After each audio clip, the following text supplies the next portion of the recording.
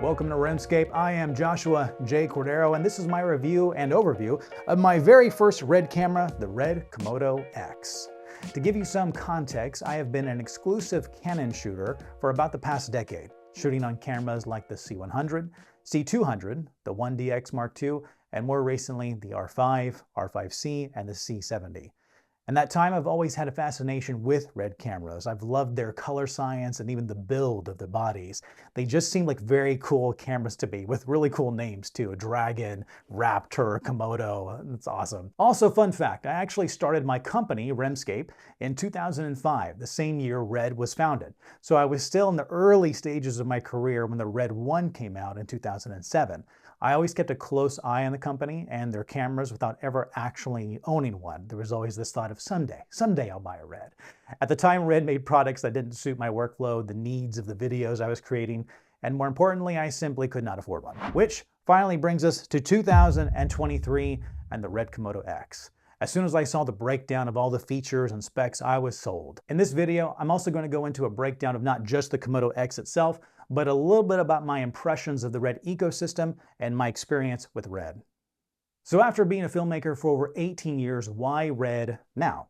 First and foremost, it came down to the price. Secondly, the Red Komodo X was just the right size to be able to operate as a frequent solo shooter, yet it had the modularity for me to rig it out if I wanted it for larger productions, as well with a crew. Thirdly, while cameras like my Canon R5C are still fairly new, I've been working with Canon for a long time and was ready to try something different. The R5C is still a great tool, I own several of them, but I was ready for something that would challenge me as a filmmaker. I especially wanted a camera that would bring a bump in dynamic range and had raw files that would be easier to work with, because the Canon raw files are a pain to edit. Fourth, the Red Komodo X brought something that the Komodo was severely lacking, in my opinion, and that is frame rates, including up to 80 FPS in 6K and up to 120 FPS in 4K. And the final reason that I chose the Komodo X was the native RF mount. I'm deeply invested in RF glass, and besides some of the super telephoto lenses, I own all of the RF glass Canon has released so far, and I absolutely love it. It's my favorite glass to work with, and I plan to continue investing in it. So having the opportunity to combine the Red ecosystem with Canon's RF lenses seemed like the perfect combination for me. Prior to buying the Komodo X, I was well aware of the term Red tax, and that the investment that is needed on top of the camera brain in order to get it up and running is substantial. And just to clarify, I don't mean to get it in a place that's convenient to shoot with. You're literally going to be spending thousands of extra dollars to have the Komodo X even be fully usable. Before I break that down, just a word of advice. Be hesitant regarding trusting any websites besides red.com with information about Red cameras and their compatibility with third-party products. I did research about compatible memory cards and was certain that my SanDisk CFast Express cards would be compatible with the Komodo X, only to realize the camera wouldn't even read them. And it really sucks to have your first Red camera finally be in your hands and you can't actually record anything with it. So thanks .com for being so full of crap. Now back to the Red tax and the cost of Red accessories. I'm not a fan of spending a lot of time doing research into third-party accessories for cameras. I mostly try to stay within the brand unless I really feel like their accessories are lacking. While none of Red's accessories were lacking, I found them all to have outstanding quality. You really pay for that quality. The investment for a Komodo X is just under $10,000 before tax. On top of that, I purchased the DSMC3 Red Touch 7-inch and the hood accessory, which is an incredible monitor and well worth the price, a few Red Pro CF Express cards, 4 Red Volt Nano V batteries, the Red CF Express card reader, the DSMC3 Red 5-pin to single 3.5mm adapter, an extra DSMC3 cable, the Komodo outrigger handle, and the Komodo wing grip, for a grand total of $17,841.36. It is a serious investment. Keep in mind, there are plenty of accessories I'd still like to purchase, but this is what was in my budget and what I could accommodate for. And just to give you some context, I could purchase 4 Canon R5C camera bodies for less than that amount. The modularity of the Red Komodo X does create extra steps for setting up, but it's actually fun customizing your camera based on your preferences and the needs of a particular shoot. The weight is actually quite nice, and it's easy to shoot handheld for extended periods of time. Definitely heavier than an R5C, but I like it. The size is also perfect to mount on my DJI RS3 Pro. One thing I've quickly fallen in love with on the Komodo X is the menu system. It's easy to navigate, everything feels like it's exactly where it should be, and there's practically no learning curve to it. That applies to the menu screen of the Komodo X itself, but especially to the DSMC3 monitor. I've never worked with a monitor that was this easy and enjoyable to navigate through. This may be in part that the Komodo X is simply so new and by extensions unique to me, but the fact remains it is such a fun camera to film with. Now, I seriously cannot remember the last time I had this much fun shooting with another camera. I literally want to bring it with me everywhere and capture even menial things because it's an absolute blast filming anything and everything with the Komodo X. I often bring the camera with me on errands and even at home where it's frequently on my kitchen table or in my bedroom, much to my wife's frustration and annoyance.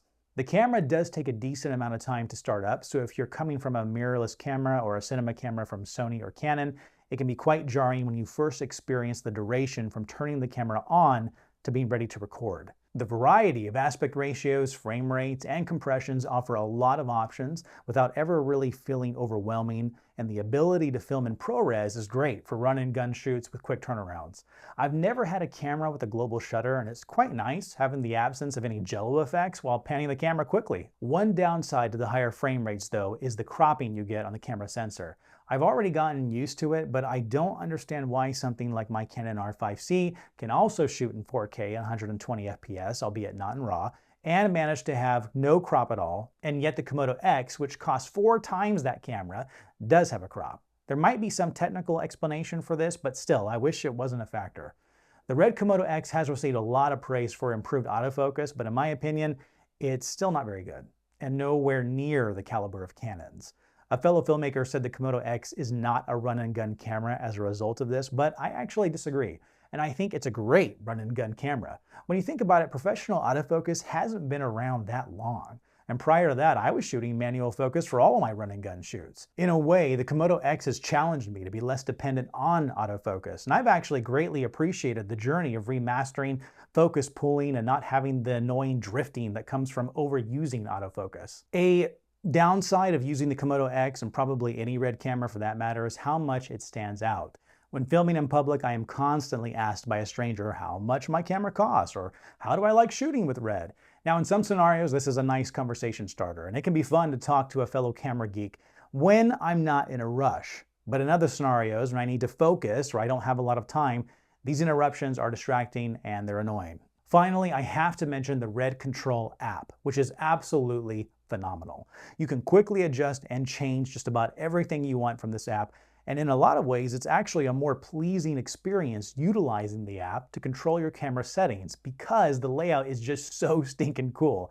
And to simultaneously have the ability to preview your shot in near real time from your smartphone is a game changer. When mounting the Komodo X to a stabilizer, I've actually removed an external monitor entirely and just used my iPhone since it cut down a lot of the weight and has an interface that is easy to navigate with one hand.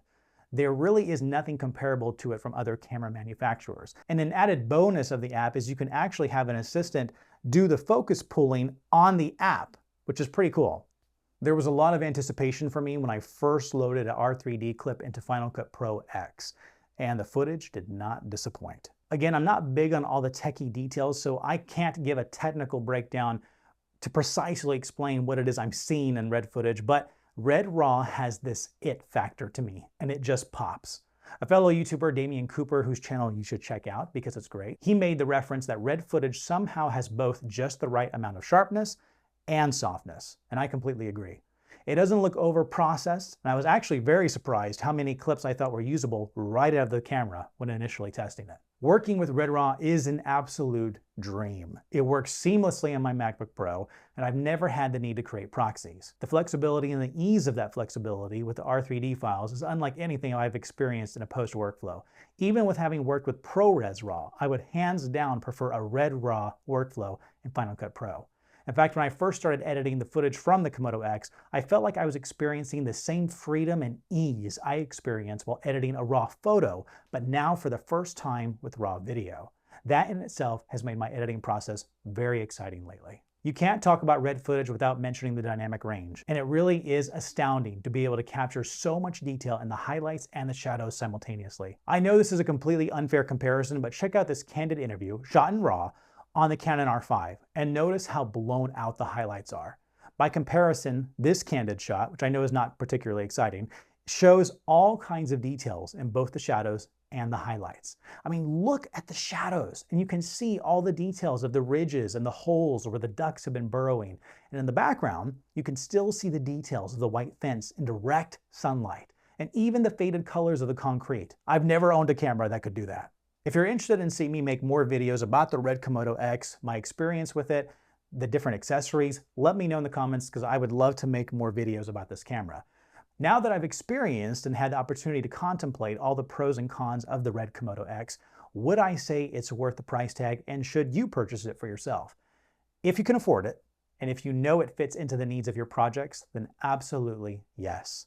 My business is doing more and more commercial work lately, as well as narrative projects, so the Komodo X is a perfect addition to my camera lineup. And I think it's really going to challenge me as a filmmaker and overall raise the quality of our videos to a whole new tier. Yes, content is king, and it's not the tools that make great content. But to quote Mark Toya, you need great tools to capture great content. Thanks for watching.